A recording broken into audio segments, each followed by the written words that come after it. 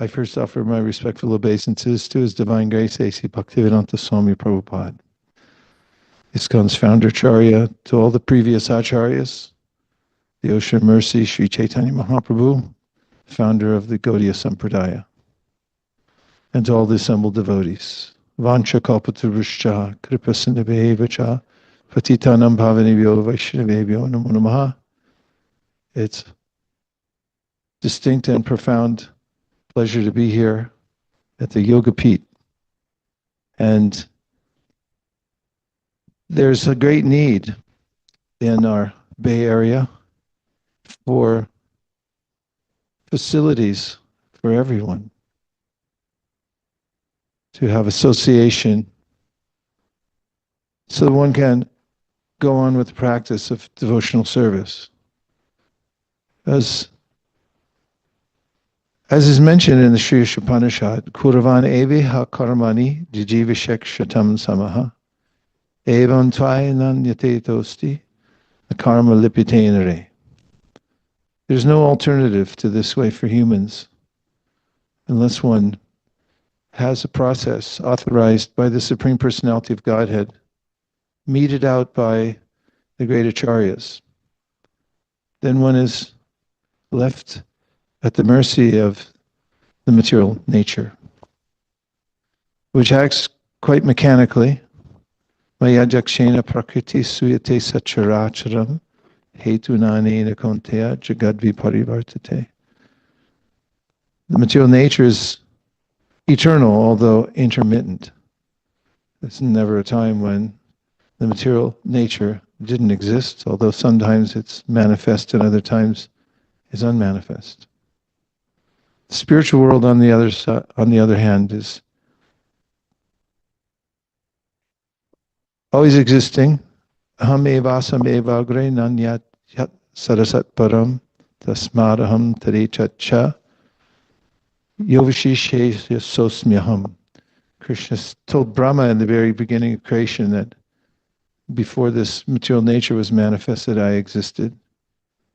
And he also mentioned how spiritual worlds always extant. That parastasmatu bhavonyo vyakto vyaktat sanatanaha sarvishu bhuteshu yaktak sarvitu bhuteshu nashyatsu navinashati. That even though the material world comes and goes, it sometimes manifests and sometimes unmanifests. Spiritual worlds always exist. And it's important to have the knowledge given by Sri Chaitanya Mahaprabhu, and for that matter Krishna and Chaitanya Mahaprabhu are the same. But Chaitanya Mahaprabhu makes the knowledge of the Bhagavad Gītā and the Śrīmad Bhāgavatam available to everybody. That spiritual world is full of variety. And that's why the material world has variety. What's more, in a more fundamental way, the reason we have a material body is because of our consciousness within the body. The modern idea that matter evolves to a certain point until it manifests consciousness is untenable. What's more, it's not scientifically provable. But the Bhagavad Gītā gives us a clear understanding that there are categories of energy. And we should know those categories, otherwise known as tattva. Tat is a demonstrative pronoun. It means what you can definitively identify. You can point to and say, this is distinctive energy, and that's another distinctive energy. And Krishna describes in the Bhagavad Gītā the varieties of energy. Bhumirapo analo vayu kamano buddhi-revacha ahankara ityame vinna prakritir ashtada. Earth, water, fire, air, ether, mind, intelligence, and false ego. These are the gross and subtle material natures. And then besides these, he says, there's the categorically different energy, which is consciousness. And it is what's animating matter. The Vishnu Purana says something similar. Vishnu Shakti para prokta kshetra gyakya tatapara avidya karma sangyangya tritiya shaktirishite. He names three categories. One is the internal energy. That's the spiritual world that Krishna is describing in the Bhagavad Gītā as parastasmatu bhavayano. It's beyond the manifestation and non-manifested states of the material world that come and go. The spiritual world's always there, self-luminous. And then there's the external energy, which is intermittent, sometimes manifest, sometimes not manifest. Mahavishnu, who's one of the expansions of Krishna, manifests the material world. Intervals of 311 trillion years. Yashaika nishvasitakala matavalamya jivanti lo mavilaja jaganandanata Vishnur mahansa iha yasya kala vishesho govindamadi purusham tamaham bhajami. When the Lord exhales, and all the manifestation of the universes come from his breathing and also from his pores. Then the Garbhadakshayi Vishnu enters within each individual universe and creates an expanse of water. He lies down within the water within each universe, and then from the navel of each Garbhadakshayi Vishnu is manifested Brahmā, engineer of the universe. And Garbhadakshayi Vishnu further expands into Kshirodakshayi Vishnu, becomes the Antaryāmī, or super soul, within everyone's heart. But he's all-pervading. Ekopyaso rachaditam jagananda kotim yachchaktirasti jagananda chaya yadanta andantarasta paramanu chayantarastam govindamadi purusham tamaham bhajami. Brahma says that manifestation of the Supreme Personality of Godhead through the expansion of Balaram, then the Chatur-vyuha, then Mahasankarshan, then the second Chatur-vyuha, then the Purushas that I just mentioned. And there's the Antaryāmī, who's there within every particle in the universe. And the Lord is unlimitedly dimensional. He's in all places and all times. But the energies are distinctive. Spiritual energy is unlimited and ever existing. It's not manifest and unmanifest. But the material nature comes and goes. And it's also a dark energy because it's not conscious. What illuminates it is the third energy the Vishnu Purana mentions, which is the tatastha Shakti. Those are the particles of consciousness which emanate from the Supreme.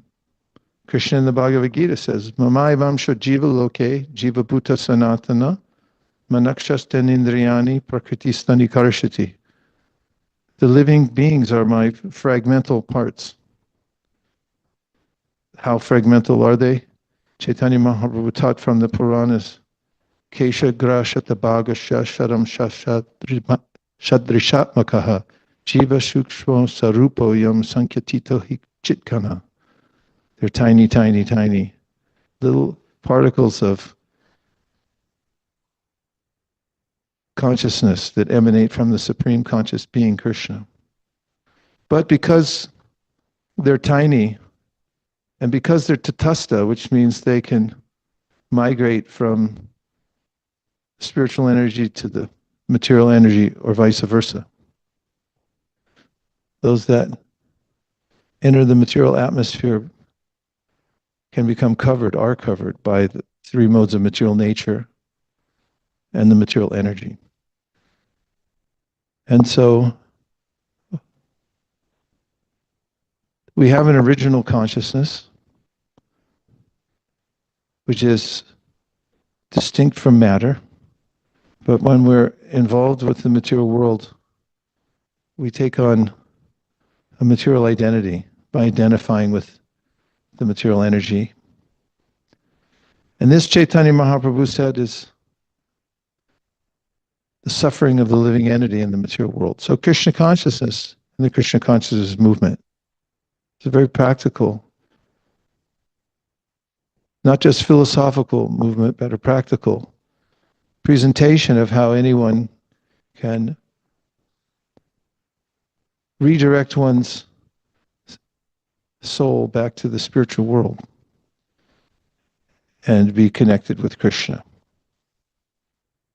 And Sri Chaitanya Mahaprabhu, when he was in South India, he visited many temples and holy places. One of them was the Adikeshava temple. And there he found a manuscript of the Sri Brahma Samhita. It was the 5th chapter out of many chapters. It was the only one still available. So he took that to a copy shop somewhere, had it reprinted. Actually, copy shops back then were scribes that you could hire to recopy something by hand. They didn't have pens either. They had to use little stylus, print on a palm leaves. But Mahaprabhu saw it as such an important literature that he had it copied many times, and he brought it back with him from South India to give to his most prominent disciples to propagate. And it's been passed down since that time that Sri Chaitanya Mahaprabhu made his disciples and followers aware of it. It's been passed down through the Gaudiya Sampradaya, Brahma Samhita. And in the Brahma Samhita, Brahma, who's the first created being within the universe, has a revelation, which is described in the Brahma Samhita and also in the Śrīmad Bhāgavatam, that Brahma, when he comes into the material world, is bewildered about who he is and where he comes from. He wants to find his origin. He's born atop a lotus flower that emanates from the navel of Garbhodakṣaya Vishnu. This reminds me, one devotee was distributing Back to Godhead magazines in Los Angeles around 1972, and in a parking lot, he met an older gentleman who was walking through, sort of a rough type of person, and he asked my godbrother what he was doing, what he was selling, and he showed him the magazine.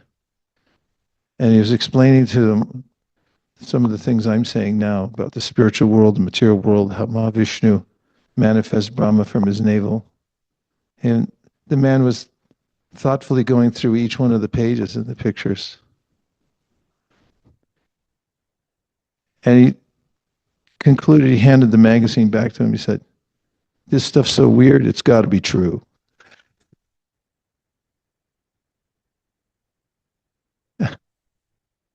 We can't receive knowledge through our blunt material senses.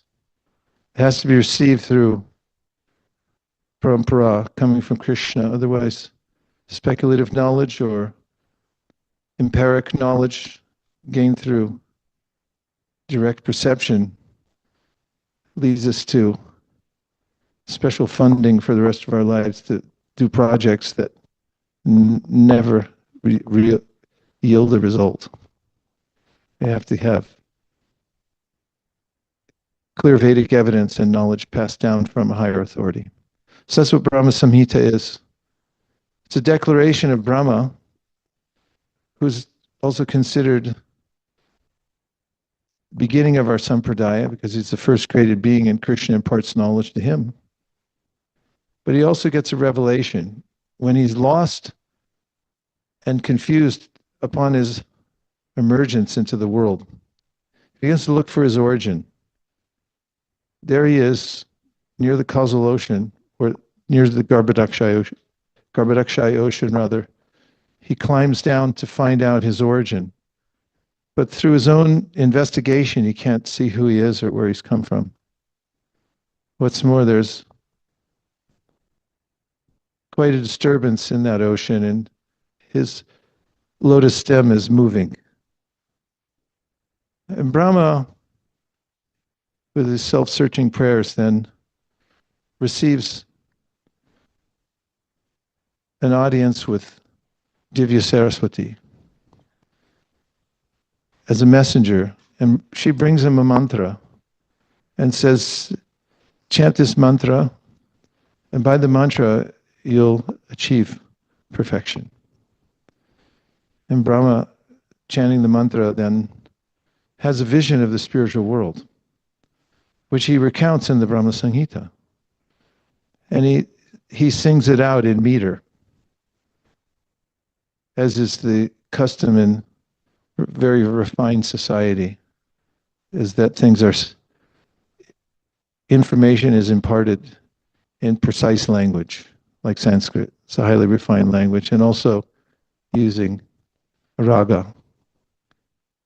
And Brahma sings about the nature of the spiritual world after he sees it for himself, beginning with Chintamani prakara sadmasu kalpavriksha lakshavriteshu surabhirapi palayantam lakshmi sahasra shatasambrama sevyamanam govindamadi purusham tamaham bhajami. And that is the nature of the spiritual world, is Chintamani, which is rarefied stones and earth that is incomparably beautiful and valuable. And there are trees that are called wish-fulfilling trees, kalpavriksha. Lakshavriteshu shatasambrama sevyamanam.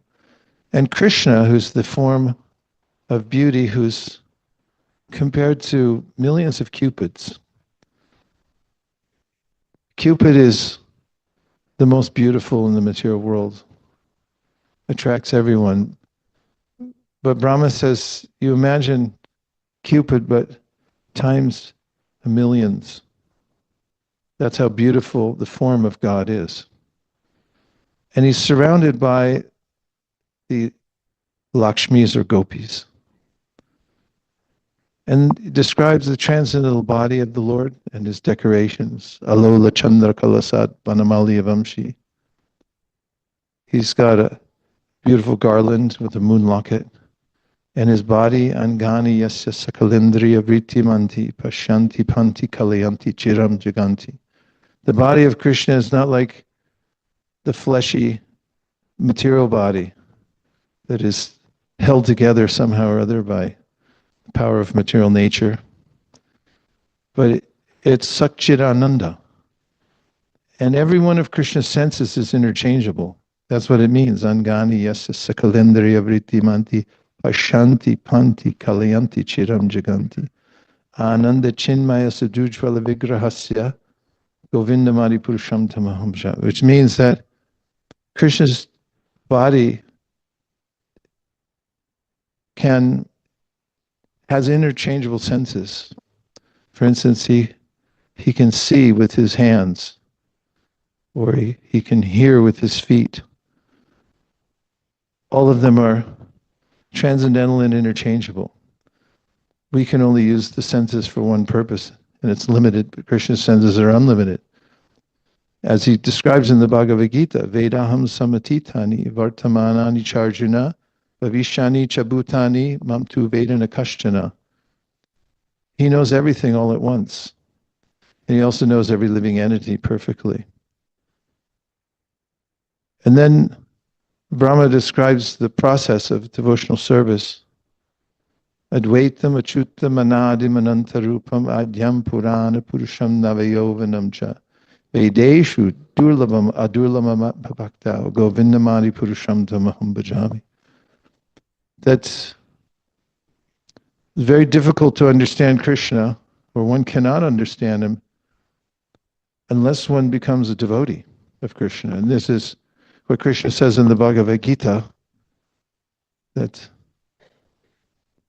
only my devotees can understand me, because why would he reveal himself to others?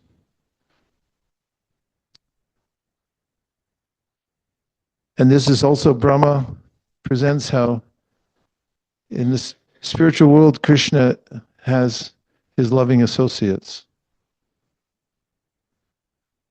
How his consort, Srimati Radharani, his counterpart, when we say Radha, Krishna, or Lakshmi, Narayan, Sitaram. So the Supreme Personality of Godhead is always preceded by his internal potency. And there, in the spiritual world, his internal potency is personified as Srimati Radharani, and from her come all the Lakshmis in Vaikuntha. From the Lakshmis in Vaikuntha expand the queens in Dwarka. From Radharani's internal expansions, then of course comes Maya Devi, the external energy, all his Shakti, all her Shaktis. And then Brahma says, Premanjana chudita bhakti vilochanena santaksadeva hridayesha vilokayanti.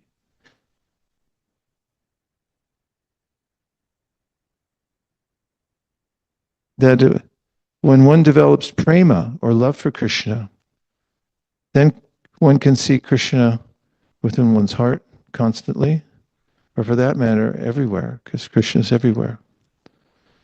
So Chaitanya Mahaprabhu, who's Krishna himself, gave access to this scripture, Sri Brahma Samhita.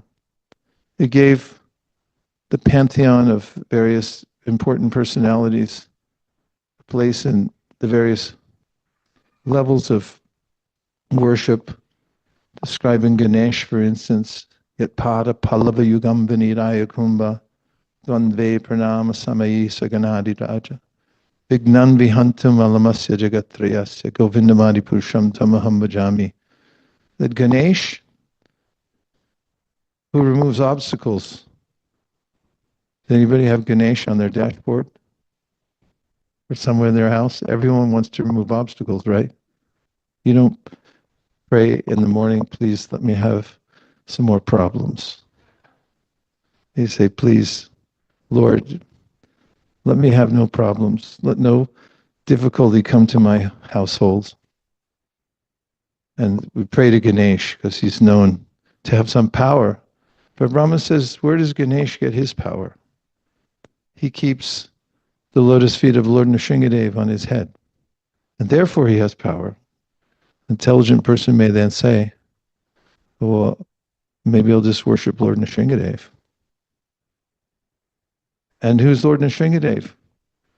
The Brahma says in another verse, departure eva hita shantanam abhyupeta dipayate vrvita hetu samana dharma yas tadrageva hicha vishnu chaya vibhati.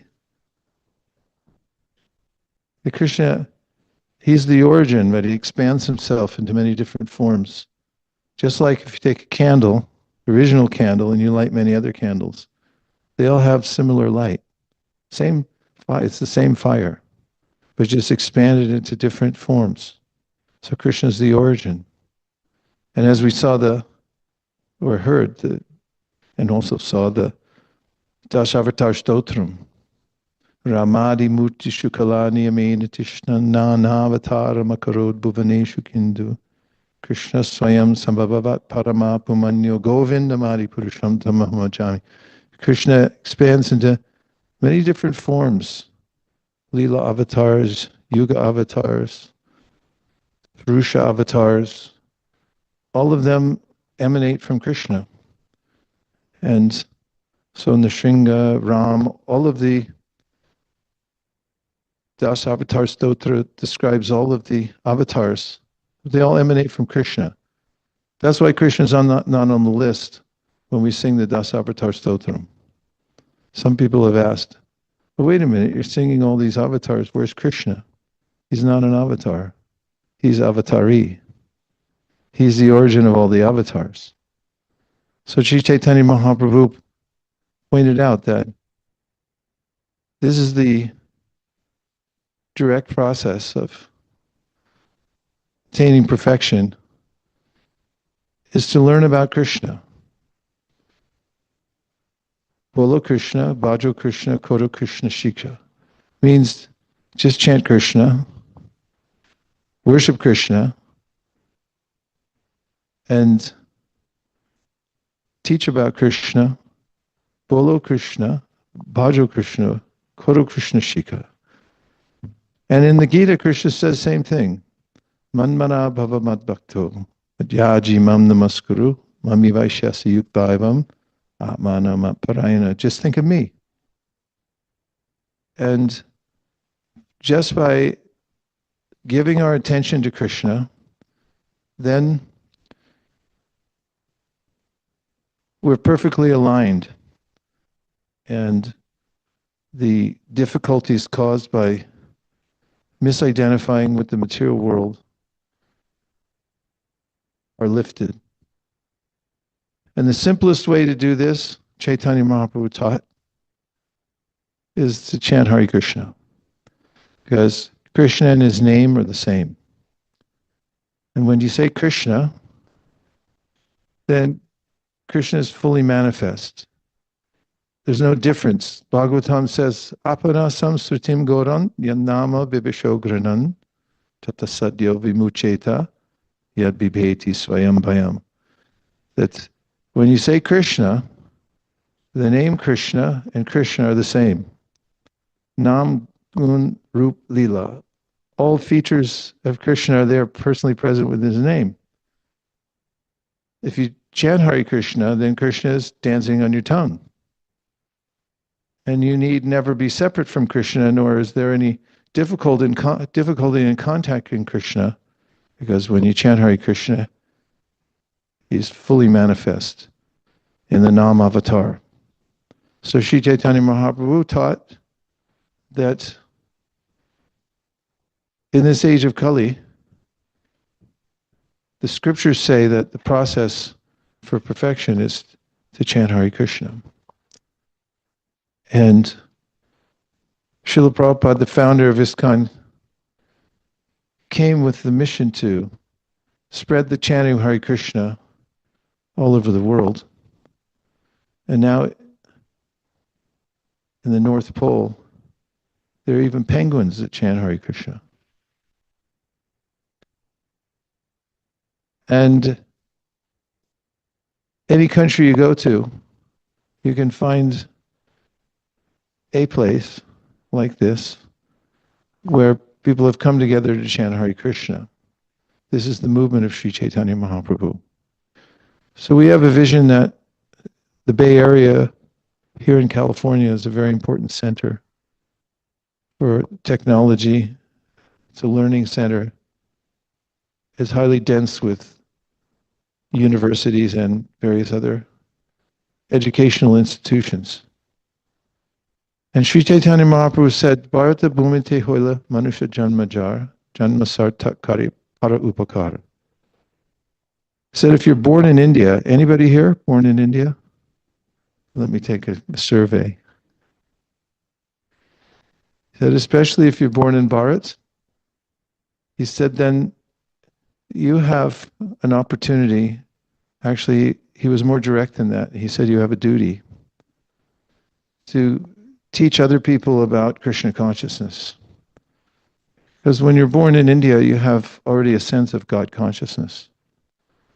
And when you come into a sampradaya, where you can get very specific, refined knowledge about Krishna, and you know the mood in which to teach it, then you have the duty to give it to other people. So Chaitanya Mahaprabhu said, you're born in India?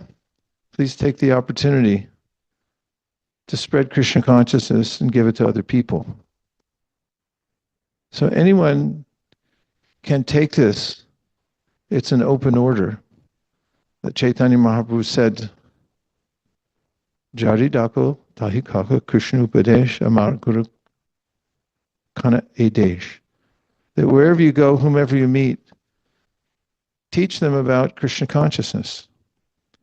One of the easiest ways is to invite people to your home or to your local Hare Krishna center and introduce them to the simple process of chanting Hare Krishna and reading Bhagavad Gītā as it is. If you want to throw in the Vishnu Sahasranam, that's up to you. But keep the main thing. Chant Hare Krishna, read Bhagavad Gītā or Śrīmad Bhāgavatam. And It's like those products where they say on the package, just add water. Have you ever seen one of those? They used to even have little toys and things that you could just pour in water and all of a sudden they become manifest. So life is deflated when we don't have Krishna. We become a shadow of our real self. Our lives become contracted. Just like the products where you add water and then they come to life. So similarly, if you just add Hare Krishna, then whatever you're doing is okay, because then it'll have relevance. There's a madness in the world these days. Of course, there always is, but especially nowadays, as we say in every era. People are overwrought with anxieties, and they seem squeezed by the circumstances of the time economically, socially. And there are not political solutions that will solve these problems. But there is a panacea, meaning a solution that covers all circumstances. And that's to come to our original Krishna consciousness. And that's achievable by chanting Hare Krishna. So we commend to the devotees who have made this expansion into the Tri-Valley area, that feel compassion and see an opportunity here for those who live in this area to come to this center and take up Krishna consciousness seriously. But also, besides taking it up for ourselves, we should be mindful that it's a missionary movement. It's not how many people we seat that matters. It's how many people we send. We want to send as many people as we can in the Tri-Valley area to go door to door. Would you like to go door to door? Let's have show of hands, because I can't tell how many people. How many people would like to go to door to present Krishna consciousness at people's doors? Okay, everyone raise your hand, see me afterwards. It's an amazing experience, because generally people are in their homes worrying about finances. Even people who have a lot of money, they're wondering if the stock market's going to go up or down. Doesn't matter how much money you have, it's never enough. Because you're thinking, well, other people have more. Besides, in your head, you already spent it all anyway. So money doesn't make us feel secure and happy. And for that matter, nothing here in the material world, any kind of arrangement we make, doesn't make us feel happy. Shukadeva Goswami, who emulated this when he went out to teach Krishna consciousness, his style was unique. He didn't wear any clothes at all. He wasn't trying to keep up with the latest style. Now there's a big debate about whether you should wear baggy pants or skinny pants. But he didn't worry about that, because he knew there was a more important matter. So people are in their homes, and unless they have a regular reading of Bhagavad Gītā and an opportunity to chant Hare Krishna, the default mode is constant anxiety about how to maintain the finances, how to make sure that family members are out of danger, how to make sure their kids live a wholesome life, which is very difficult these days, because everyone's exposed to everything at every second. And isn't that a worry? See? Thank you. We do it next time in a few minutes. And so, what are people doing inside their houses when you go to knock on their door? They're watching TV, or they're sitting and worrying. Even if they're watching TV, they're worrying. People are worried. But what does Krishna say in the Bhagavad Gītā? Don't worry. Masuchaha. That's his final word to everybody. Don't worry. If you read this book and you follow the basic, simple tenets that are there, then you don't have to worry. But everybody's worried in the material world, even the birds. It's your homework. Go watch the birds and see if they're worried or not. Crows worry. Finches worry. The red-rudded robin who's bobbing along, he's worried too. Squirrels worry. Cats worry. Dogs worry. Everybody's worried in the material world except for somebody who's chanting Hare Krishna. And there's no escape from that worry unless you become Krishna conscious. So when we go door to door to meet people, it's a pleasant experience actually. I've done it quite a bit in my lifetime. And I have to say, the difference between sitting at home and worrying and going out to knock on people's doors is profoundly different. When you go around and meet people door to door, which is perfectly acceptable in India, isn't it? Can you go to people's houses and knock on their door? You sure? You don't seem very convinced. Well, in many cultures, I know in the Philippines, you can go anywhere and knock on anybody's door. America, they're not so sure because they're only 250 years old. They haven't figured out a lot of stuff, like how to be nice to a lot of people. But if you go door to door and you're nice to them and you knock on their door, it's exhilarating because what happens when you go? What happens then? You go, Hare Krishna, Krishna Krishna, Hare Hare, Hare Rama. Because you don't know who's going to fling the door open, what you're going to say to them when they open. So you just start praying to Krishna. People always say, well, how do I chant Hare Krishna sincerely? Go door to door. Just knock on the door. And then, Hare Krishna, Krishna Krishna, Hare Hare, Hare Krishna, please help me. That's a song we just sang. Krishna, Krishna, pahi mam. Krishna, save me.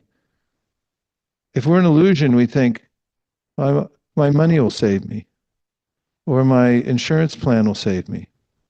Your insurance plan won't save you. In fact, even your doctors.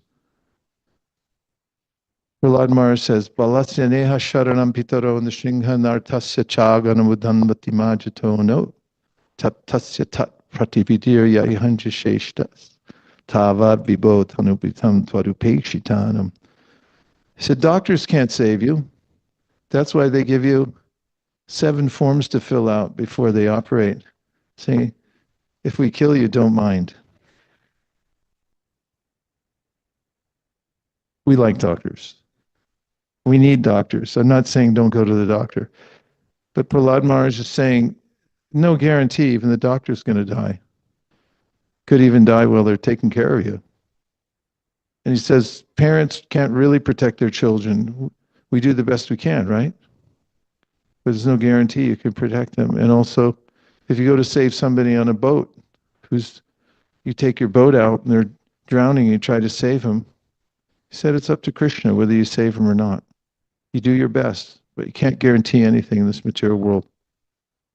So it's better to take a risk for Krishna. And it's good to reach out to people and give them an opportunity to read spiritual information like Bhagavad Gītā. And it's also important for us to feel what it feels like to do what Krishna does. Krishna comes to the world to canvas and say, please become Krishna conscious. And Krishna says in the Bhagavad Gītā that if you do the same work, then there's no one in this world more dear to me than you. You know he says that in the Gītā? Only one person said yes? Well, where is it? Who knows where it is? For 50 points, which can be cashed in at our gift shop here. Bali will give you 50 points worth of stuff if you answer the question. What chapter, in which chapter does Krishna say, there's no one more dear to me than the person who goes out and teaches the Bhagavad Gītā to other sincere people? Chapter 18? 50 points for all my friends. Cash in at the gift shop. So what better process could there be to take a little risk to go door to door and knock on people's doors? You go out with your kids. When you knock on the door, people might look through the peephole. They see a family out there. They'll be happy to open the door. And if they're not, it's the most hilarious fun in the world. Because sometimes people open the door and they go, oh no, and they close the door. And then what you get then is this sense of people are afraid of Krishna. They see you out there and they go, oh no, Krishna, you're not coming in here. And then we can also remember our own mentality, that we may effectively be a little atheistic. We may not be practicing atheists, but if Krishna came to us right now and said, are you ready to go back to Godhead immediately? We have a flower airplane waiting for you outside. Would you like to go? He's like, oh, no, not now. Some other time. So Krishna consciousness is joyful. There's also a very serious proposition because it's a very serious lifetime. This is no joke, actually. People ignore what's most important, but then when we come down to the tenuous situation we're in and we realize it, that I have no standing in this world actually, I can be asked to leave at any time. That great surprise that comes, this is not necessary, because if we prepare ourselves now by becoming fully Krishna conscious, and we also give other people an opportunity to come to the perfection of life by distributing Bhagavad Gita. Why wouldn't we? That's not a rhetorical question. I'm asking seriously, why wouldn't we do it? Huh?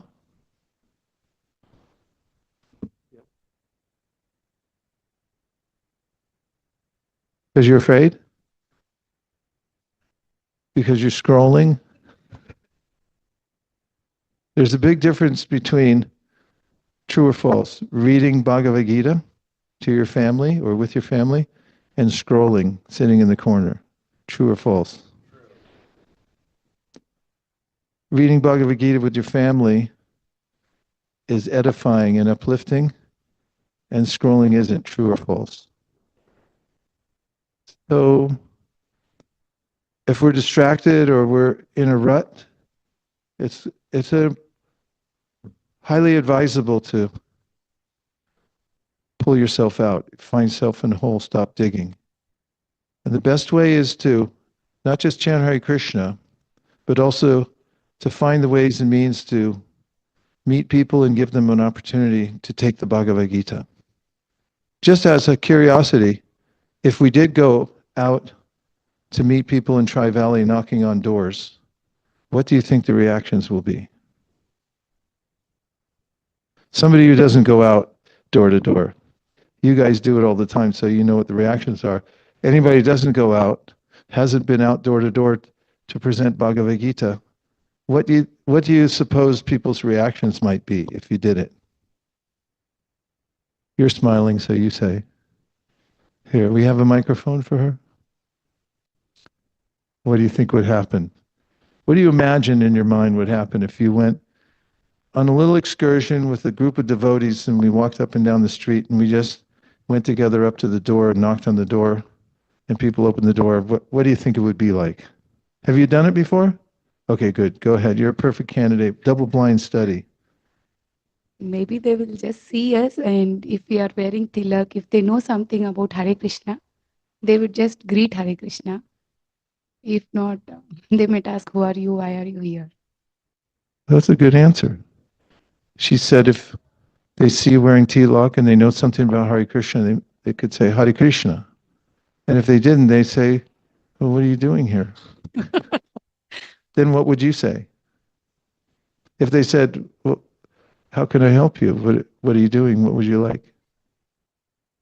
I would just say that we are just we are coming on behalf of ISKCON trying to spread the Krishna conscious, which gives you rid of anxiety and tension. So just can you say once Hare Krishna? It's all. If I have Bhagavad Gītā, maybe I will give it. If not, I will just ask them, if you can repeat this is enough. You're expert already. Haribol. That's it. Perfect. That's perfect. You already know how to do this. You know, at ISKCON of Silicon Valley, when we lived on, what was the name of that street we were on? Why do I always forget that? I remember Union in New Jersey, but Bascom. When we were on Bascom, when we'd have a Sunday program, then we'd have half the Sunday program, we'd talk about how fun it is to go out and meet people and give them the Bhagavad Gītā. And then we take a break, an intermission. And then we say, anyone who'd like to try it for about half an hour, we have a car waiting outside. And all you have to do is walk out the door, we'll sign you up on a clipboard, we'll put you in the car, take you out with an expert. You don't have to do anything, you just watch, and you can see what it feels like to go door to door. And then people would all come back after we finished the Artik and then prayers to learn a Shingadev. Then we'd pass the microphone around to all the people who went out. Usually half, like if it was this size, which it couldn't have been because we wouldn't have fit. But if it was half the size and then the other half went out, when they came back, we passed the microphone around and we asked people how it was. What do you think they said? Yeah. What do you think those who went out for the first time to try, feel what it was like going door to door? What do you think they said it was like? Guess. They said it was too nice. And one night, there was a person who came there who was the first time. And a friend had invited him because he was a little depressed and he was home alone, lonely. He said, well, what do you come to the Hare Krishna temple? And he said, well, I'm an atheist. And that's okay, they have food. So he came along, and then during the intermission, he went out, he got in a car and he went out. And when he came back, we were passing the mic around. He said, we asked everyone, how did it feel? And they said, that was so much fun. He said, and I sold a Bhagavad Gītā. Now, if an atheist can sell a Bhagavad Gītā door to door, what to speak of somebody who has deep love for Krishna just because that's in your heart already. And really, this is what's the distinguishing factor. Krishna says that those who take this very seriously to give it to others are most dear to me. And it was the mission of the founder of this movement, Srila Prabhupada, that everyone have an opportunity to go out and do this for other people. We go to many places where we meet people from different ethnicities and we distribute Bhagavad Gītā, not just to Indian communities, right? Can you say any of the places? Here, take the microphone and tell some of the places that you've been recently. Here's our youthful contingency that are like a commando army. They're like Navy SEALs.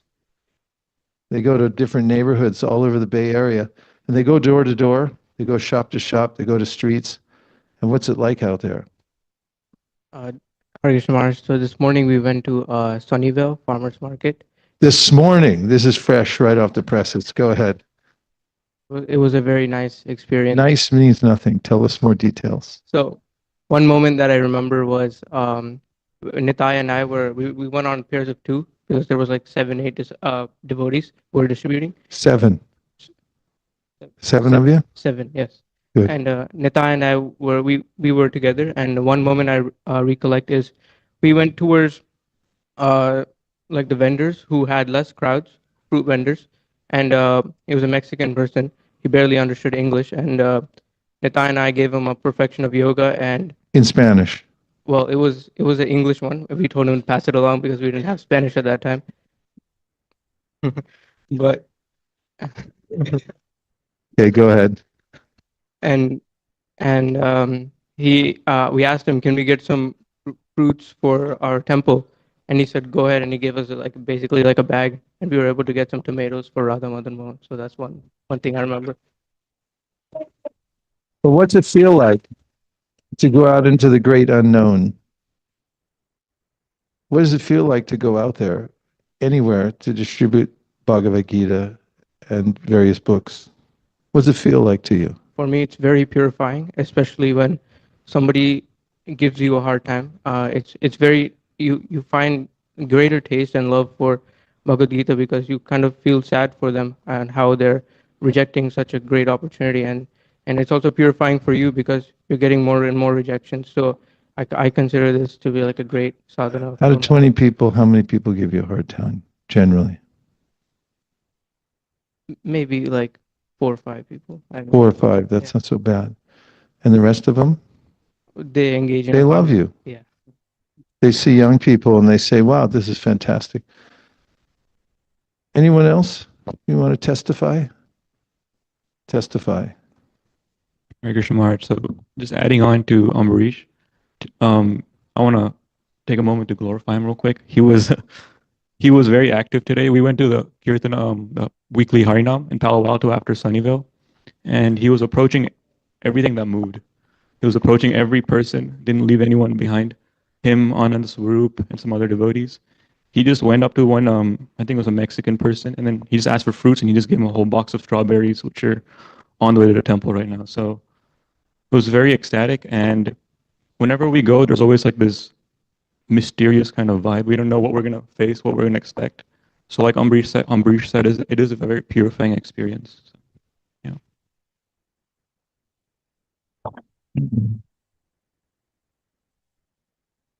The Tri-Valley area is a palette for all of you.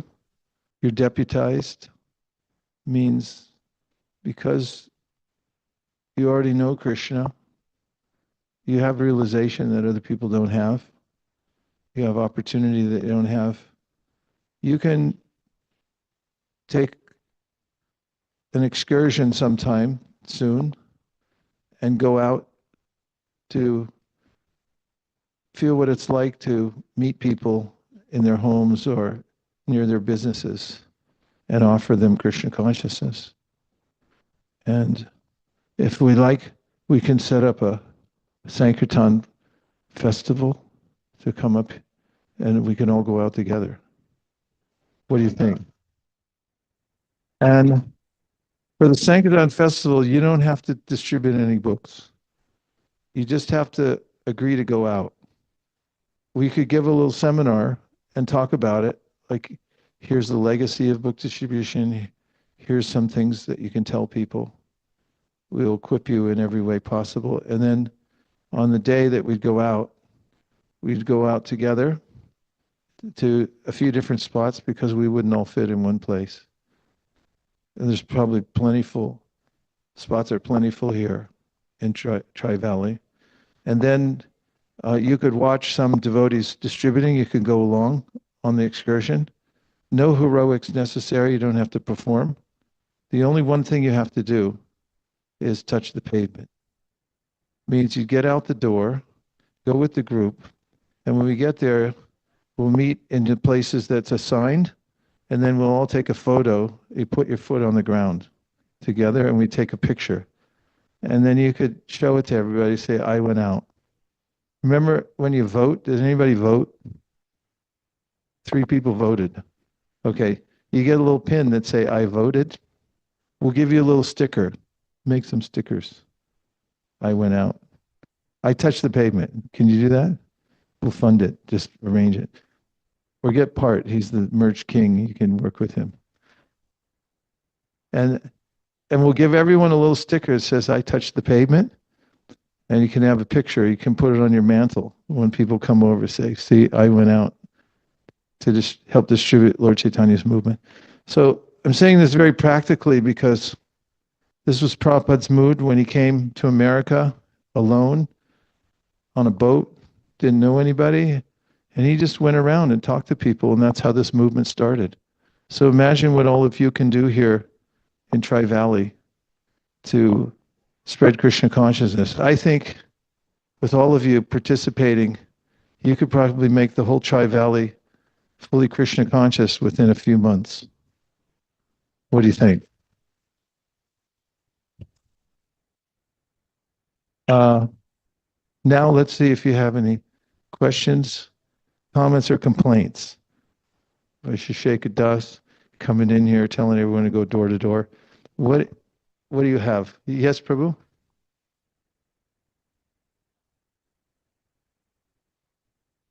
So there's already a competition, huh? Yeah. We're expanding everywhere. So you have Tri-Valley, then you have Central Valley. So you're saying you want to have a Sankirtan party there too? How many here are from Central Valley? 1, 2, 3. Let's hear it for Central Valley. How many are from Tri-Valley? Hey, Tri-Valley. How many are from Silicon Valley? Hey. We're all in the Bay Area together. So, we're here. Why let Apple or NVIDIA, who appointed them big shots of the world? And what are they doing anyway but giving us more and more information that we can't use anyway, ultimately? And we have a lot of information already that's highly usable in the Bhagavad Gītā. I'm not against technology. But the point is, we should be prominent in the Bay Area. And why not? Krishna put us all here together. We should be warriors. Okay, questions? This is a big test because it's really hard to ask a question. Raise your hand if you have a question. And I'll give 100 rupees for a bad question.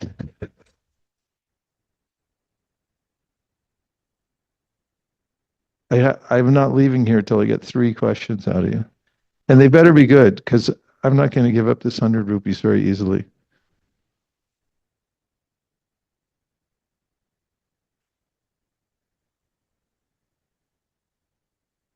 You can ask me anything.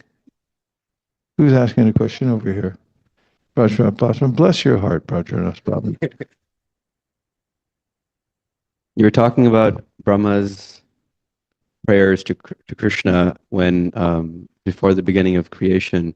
What I was wondering was, how did Brahma get to that point where he had an audience with the Lord, and then on top of that, how did he even know what to say to him? How did he know all this about Krishna?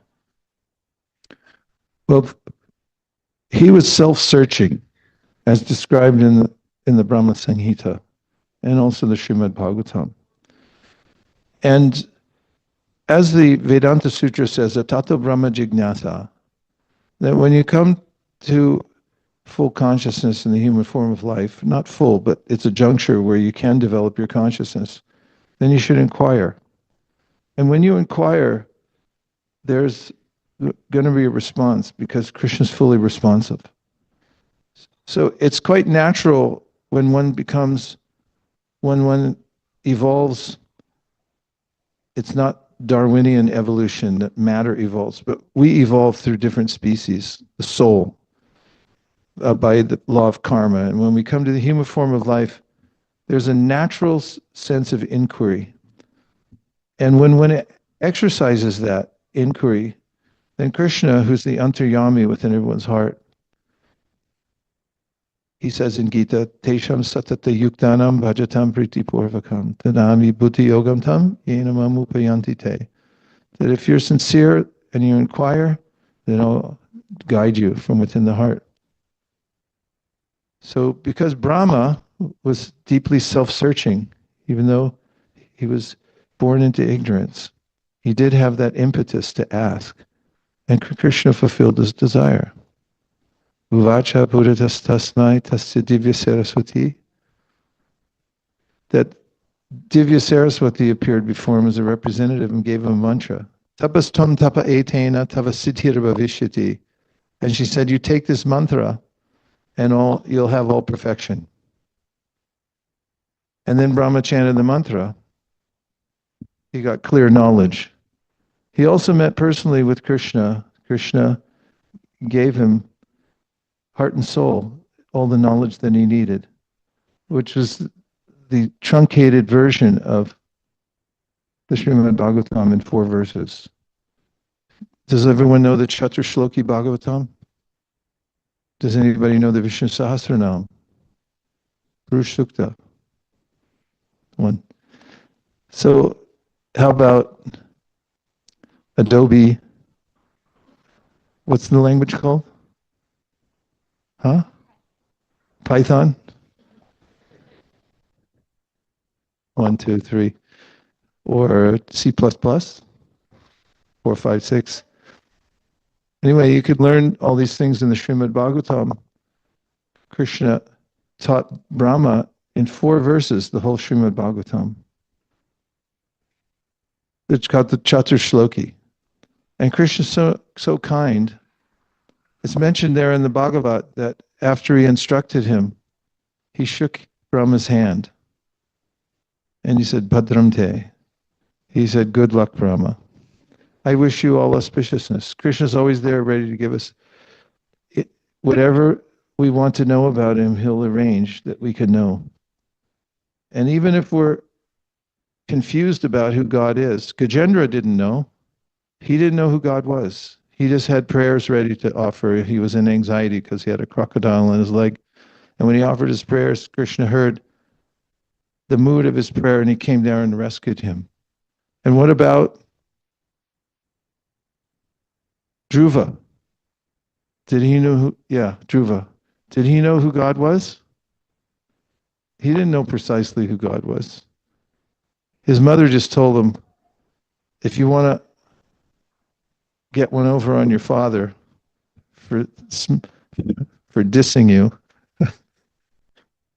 then you got to go to God because he's the only one who can help you in this situation. You're dealing with destiny and only Krishna can overcome the destiny that you've been dealt in this lifetime. And he prayed to Krishna after getting instruction from Narada, and Krishna appeared. So the same thing with Brahma. He was self-searching, he asked the question, and Krishna appeared and gave him the knowledge. It's revelatory. So anyone can have that revelation. Yes, Mayapur Vihari Prabhu.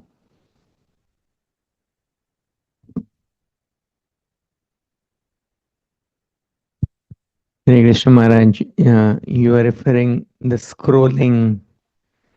Even completely atheist people, they also tell us, stop wasting time. What to talk about those who already have access to Bhagavad Gītā, then such association. But in spite of it, it just seems sometimes even devotees find it very difficult to knowingly that it is waste of time, as if pulled by something. Sometimes we feel we need some special blessing. What is your advice, in spite of hearing so many times, just so difficult to give up this time-wasting scrolling of either phone or television? Phone or television? That's your question, how to give up scrolling? Yes. Well, you have to start a not to-do list. You have to be very deliberate. If you want to give up a habit, you have to identify what it is and admit that you have a problem with it. That's the first thing. Because ignorance means ignorance. I'll just ignore it because I don't want to give it up. But as soon as you admit it and you say, I have this problem, that's when you face the problem and you say, here it is, then there's possibility. You can't ignore it. So I recommend you make a list. You have a to-do list at home, you should also have a not to-do list. So if you put one of those habits on it, then you have some options. One option for television is unplug it and then cut the cord. I'm serious. Just see how you feel, because if you unplug it, you'll probably plug it back in again. But unplug it, that's why I didn't want to electrocute anybody. But if you unplug it and then get some pruning shears and you just clunk like that, everyone in the house will go. But then all of a sudden you'll see light and trees and flowers, and the whole world becomes available to you because you've shut down one avenue. It's a little harder with your phone, but because you carry it with you everywhere. But if you make a determination not to scroll, scrolling means random. It means just looking at anything at any time that anybody else programmed for you. And the kind of programming that happens nowadays, which is psychologically manipulative, the birth of that was with a person named Bernays, who is the nephew of Sigmund Freud. He's known as the father of public relations, as they changed it during World War I. It was called propaganda, and he changed it to a different term called public relations. He's the father of modern advertising, which is based on Freud's research that human beings keep various emotions stuffed in their subconscious. And the different habits we develop are an expression of various kinds of fears and anxieties that we have. And so he used that to manipulate people, and it's still going on. So you have to understand that material nature is manipulative. We try to manipulate it, and it manipulates us right back. And so if you have a clear understanding of that, and then you make steps to replace bad habits with better ones. For instance, reading a book is proven to be better for your brain than looking at a screen and just scrolling. I'm not talking about reading the Bhagavad Gītā necessarily, although it's a jolly good idea. But just reading on a page of a book is much better for your neuroplasticity than just mindlessly going like this on a screen where you're getting manipulated. So if you start looking into that and then look for replacements, then you can gradually change your lifestyle. And once you overcome a habit that is vexing you in your life, you get a burst of energy. And you also develop a sense of integrity in your heart, because you know you did it. You were faced with the choice of doing this or that, and you chose the right thing. You know who sees that? Krishna. He's there within your heart. And it's indescribable, the power of somebody who is able to use his or her free will to overcome a habit. You can see it in the way they walk and the way they talk. It comes out in their voice. It's intangible, but that's where the power comes from. And so when you realize the upside of controlling the senses and you make a plan for it, Krishna will help you from within the heart. And that's the excitement of human life, not just getting overwhelmed by sense gratification. That's not a great idea. We have time for one more question. It better be good because it's the last one.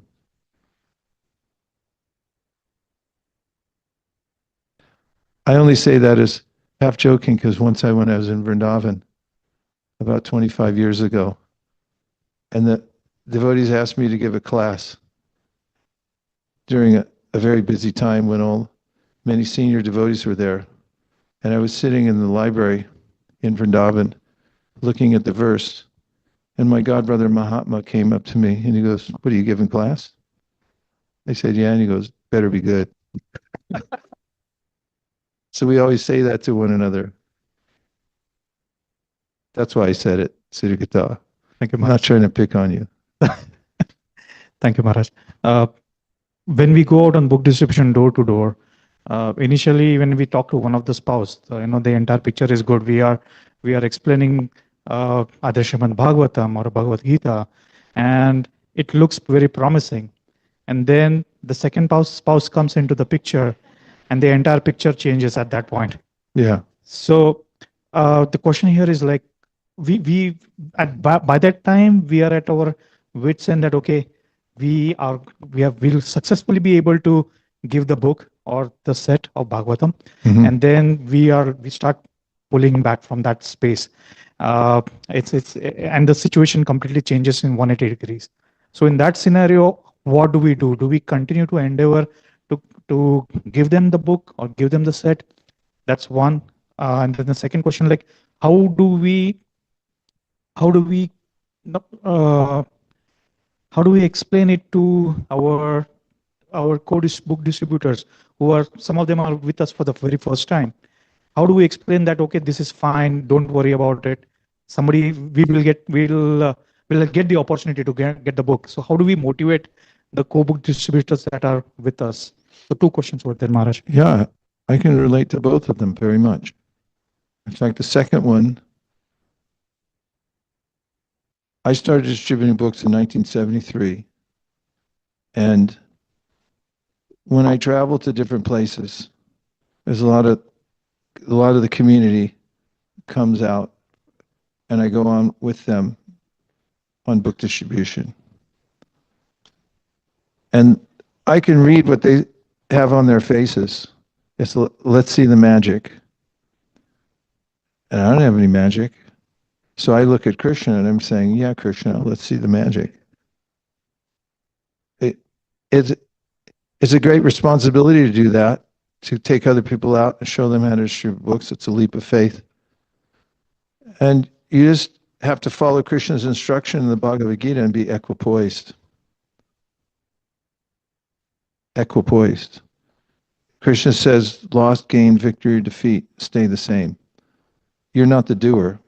And if you go out to distribute books or you stay in to do service, anything you do in this world, if you consider I'm the doer, then you're going to be troubled.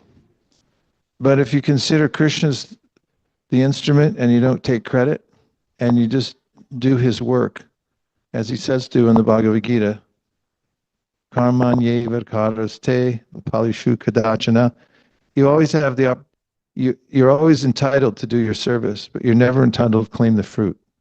Doesn't he say that in Bhagavad Gītā? It's one of the most well-known verses. So it's the same mood when you go out on book distribution, even if somebody's watching, you just keep going. A long time ago, here at ISV, I took a couple of devotees with me who were brand new to go door to door.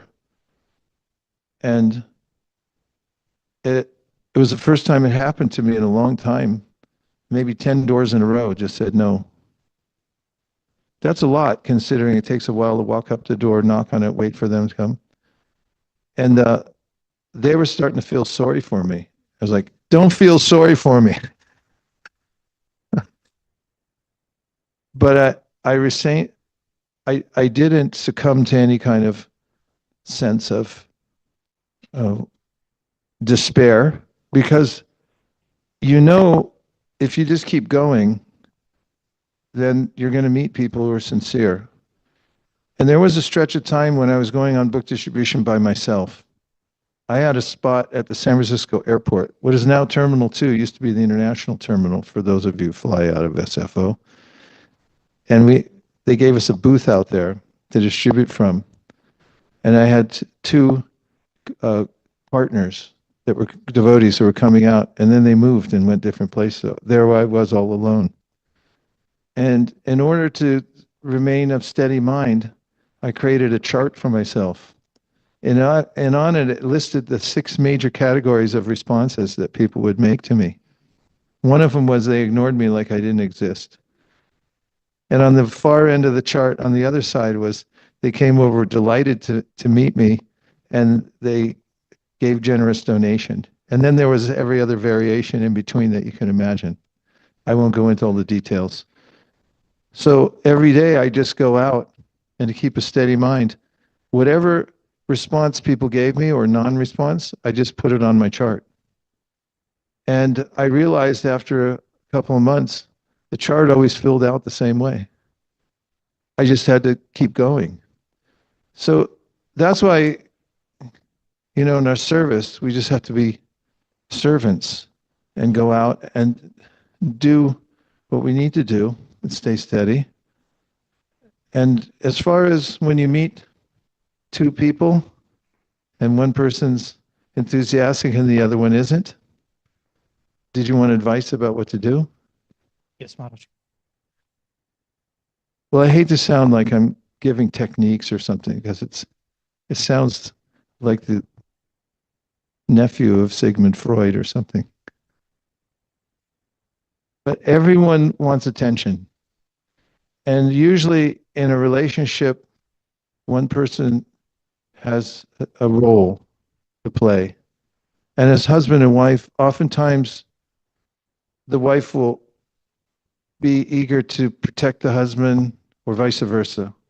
So if one's interested and the other one comes over and seems disparaging about the situation, the technique always is to give as much attention as possible to the most negative one first. So if there's a group of people, 3, 4, 5, whatever, then I always try to pick out who's the naysayer, the one that's starting to walk away and trying to get everyone else to walk away. And I start talking to them exclusively and giving them full attention until they become more friendly. And then, so that's part of the realization that everybody wants attention, and we have to make a conscious choice, make a conscious connection with people. And if they can appreciate your sincerity, then they can calm down a little bit. But it is also a lesson, as I've had hundreds, if not thousands, of experiences where two people, or one person was there and they started to take the book, and they were eager, even handing over a donation. And then somebody else came out of nowhere and grabbed them, put the money back in their wallet and said, "Come on." And I could still remember, I mean, I could tell you the times and places I was there and the kind of anxiety it produces. And that's not bad. I mean, it's bad for that person, but it's not bad to have that kind of anxiety, because you realize how rare of an opportunity this is and how we're in situations where we have to make our own choice. Because you could just think that person could have stood up to the other person and said, "No, I'm going to take it anyway." And that happens too. And you can almost see a divorce happening right in front of your eyes. One person said, "No, I'm going to take this." In fact, I'll end with this. I will end. And I was in North Carolina. Nirkula and I went out there to inaugurate the first monthly Thankton festival in Charlotte. I think it was Charlotte. Not Charlotte. It was where? Hillsborough. And 108 degrees every day we were there. That's a lot. So we were taking the devotees to various places, and one of them was door to door. And the day we were there, we were going to these apartments, and we knocked on the door. There were 7 of us there. We took a group of 7 at a time. And then the person opened the door, and he was physically impaired. A young man, probably 27 years old, physically impaired, obviously. He had some muscular problem. It was hard for him to talk or move. And he had a caretaker with him who was overprotective and not appreciative of our presence. But the young man had an inordinate desire to talk to us and to take the book. So somehow or other, he struggled against the caretaker who was trying to get him to give it back or push it back at us, and he grabbed it back again. It was a fight. And then she really went ballistic, because I told him about the opportunity to give a donation, which he was very enthusiastic about. Unusually enthusiastic. And she was fighting against that, and somehow the door closed and then it opened again after 5 minutes, and he won that battle also. And she actually handed it over kind of with disdain, like, "Take it and get out of here." But there was one more part. I said, "Do you believe in the power of prayer?" And he said, "Ah." And I said, "Can I teach you a prayer?" And by this time, the lady was trying to close the door, and this young man held the door open with his body. And she kind of gave up in disgust, because she had lost every battle so far. And so then I said, "Please repeat after me." And I said the mantra, 1 syllable, 2 words at a time, Hare Krishna, Hare Krishna. And he had to strain to say the mantra. It was very difficult for him to enunciate anything because of the physical disability. And after he was finished chanting, and he closed the door and the book went inside, I turned around, I looked at the group, And several devotees had tears coming from their eyes. I said, what did you just experience there? Why are you crying? And one of them said to me, and everyone else nodded in agreement, said, I take chanting Hare Krishna for granted. Every day I sit down and think, oh, this is a chore. One of them said, if I had that much determination that that person has to win those battles, and to be able to say the mantra so enthusiastically, even though it was hard for him to even move his muscles in his thorax, he said, then my life would be perfect. And all the devotees walked away from that experience feeling uplifted that somebody could have so much enthusiasm for the Bhagavad Gītā, even though they didn't know what it was, and for chanting Hare Krishna, and they wished that they could have that also. And that's the greatest gift that we get from going out door to door to distribute books, is that experience when we see the enthusiasm of the souls who are lost, locked in the room with the television, with nobody to defend them. And when the Bhagavad Gītā goes in, you feel a great sense of victory. So that's the great victory of the Sankirtan movement, is to spread it. Chaitanya Mahaprabhu asked everybody to do this. And now you have your area, Tri-Valley. Please conquer your senses by reading Bhagavad Gītā, chanting Hare Krishna, and then make Tri-Valley Krishna conscious. And thank you very much to Bali Mardan, to Ananda Vrindavan, Hari Sankirtan, Central. It's just like New Jersey, Central New Jersey. Thank you very much to everybody else. And if you want, we can go out right now. Huh? Haribo! We'll stay out for a few hours. Hare Krishna. He's ready to go. Thank you.